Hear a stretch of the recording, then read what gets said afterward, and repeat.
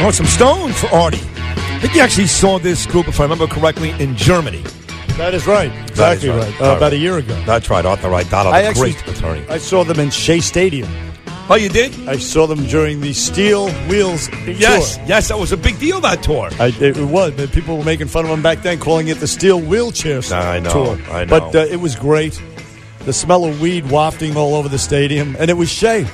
It was fantastic. But listen, we wish him well. He just had his heart surgery yesterday. Mick Jagger, yeah. Mick Jagger, that's right.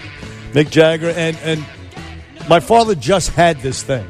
It's not open heart surgery. What the procedure he had was to put in a stent, which is it's a very simple procedure. It's not invasive.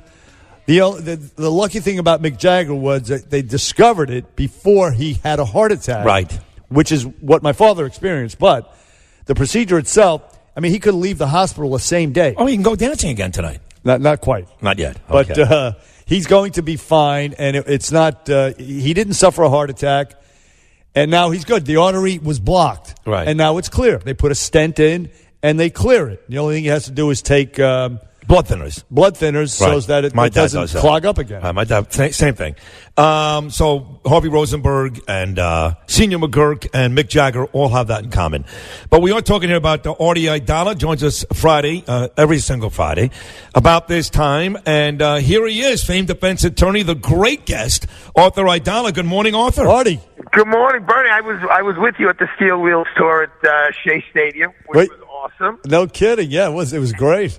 And I did call into the Bernie and Sid show from Germany, going to see the Rolling Stones. Yes, you did. And I was sorely disappointed when I got the alert on my phone the other day that as a ticket holder to the June 17th Rolling Stones concert at the Meadowlands, that it was being postponed. I was taking my son Luca. I said, Luca, you got to see the Stones there.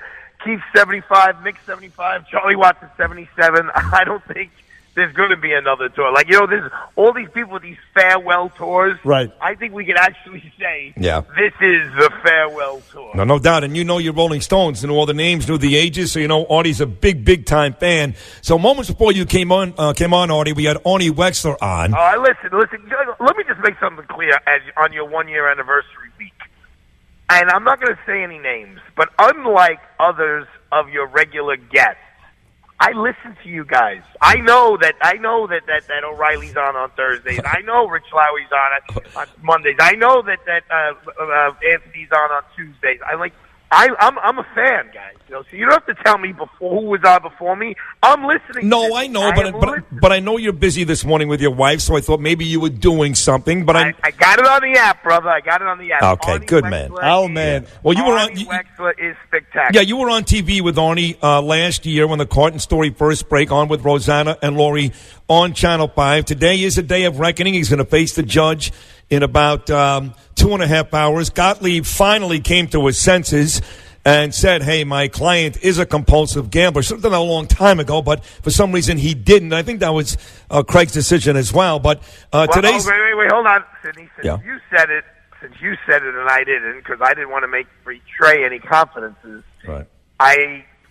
If I was betting $20, pardon the pun, but I would say that what the second part of what you said is very accurate. No, it is. Correct. The client has a lot to say about the strategy of the case. Listen, there's no doubt he was hesitant to admit to that. There's no question. So let's go with that. But with all that said, what do you think now that he has admitted to all this, does that help him, hurt him? What do you think he's looking at today?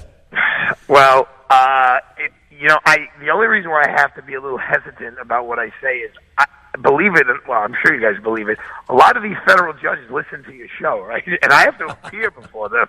So I got to, when we're off the air, I can tell you unequivocally what my thoughts are. But it is no secret that Judge McMahon, who currently she's the chief judge of the Southern District of New York, she's very tough. She's a very tough sentencer, and she's a no-nonsense person.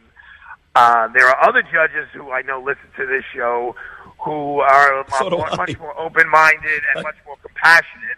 And the bottom line is what Wexler was saying a few minutes ago is, some judges get it and some judges don't get it. I think all judges understand it. It's whether they want to have the compassion and the empathy to realize exactly what Arnie Wexler is saying is it's a part of the body breaks. People don't, if you came in with a broken leg with your cast on, you came in with a broken arm with your cast on, that people understand. People grasp that.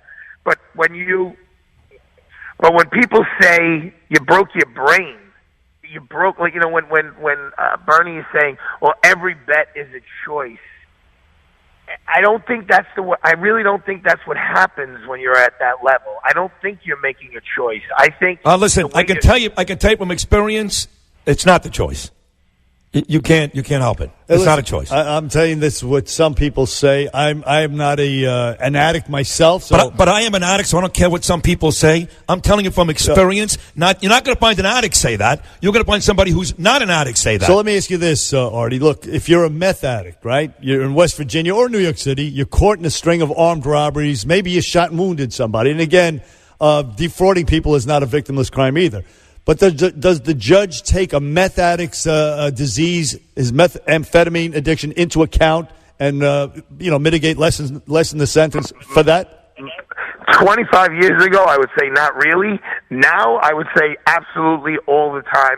Alternatives to incarceration for drug dealers and any kind of addicts has gone up exponentially. And if I can just a point of personal privilege. My district attorney, who was my boss, Joe Hines in Brooklyn, in 1991, 92, 93, when he was taking drug dealers in the height of crime in New York, and not drug dealers, but drug addicts, and instead of just throwing them in Rikers Island, instead of just throwing them in jail, he was putting them in drug treatment programs. People said he was out of his mind, he was soft on crime, et cetera, and now that has become the norm. Because as Americans, as we are supposed to be the greatest on the planet Earth, and we came to the realization that just warehousing these people, just throwing them in without treatment, without the skill sets to come out of prison and be fixed, we're just hurting society. So from 1990 we started this, and now, Bernie, there are so many alternatives to incarceration programs out there for people who are addicts. And going to what Dr. Wexler said about lawyers and judges not understanding this type of addiction.